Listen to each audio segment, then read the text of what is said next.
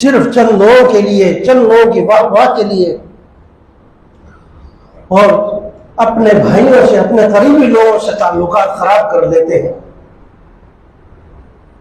ये बहुत खतरनाक मामला है कि एक घर के अंदर दो भाई हैं, एक का ताल्लुक दूसरी पार्टी से, दूसरे का ताल्लुक दूसरी पार्टी से, और सारे गुजर जाते हैं, एक दूसरे से बात नहीं करते, सिर्फ इस वजह से कि इसका ताल्लुक दूसरी पार्टी से। हालांकि इख्तिलाफ किसमें नहीं रहा, हमारे दीन के अंदर इख्तिलाफ चलता हुआ रहा है, हमारे मजहब के अंदर इख्तिलाफ चलता हुआ। 4 आइम्मा, फिक़ह शाफ़ी, फिक़ह हम्बली, फिक़ह हनफी,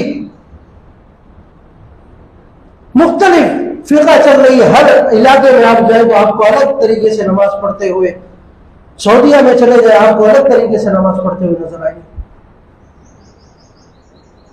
लेकिन वहां इनाद नहीं है, वहां बुग़्ज़ नहीं है, वहां दुश्मनी नहीं है।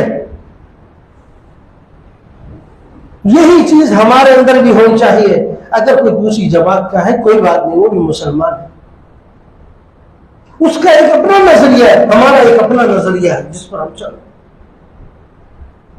हाँ, वो नजरिया इस्लाम के खिलाफ ना हो, हाँ वो नजरिया दीन के खिलाफ ना हो,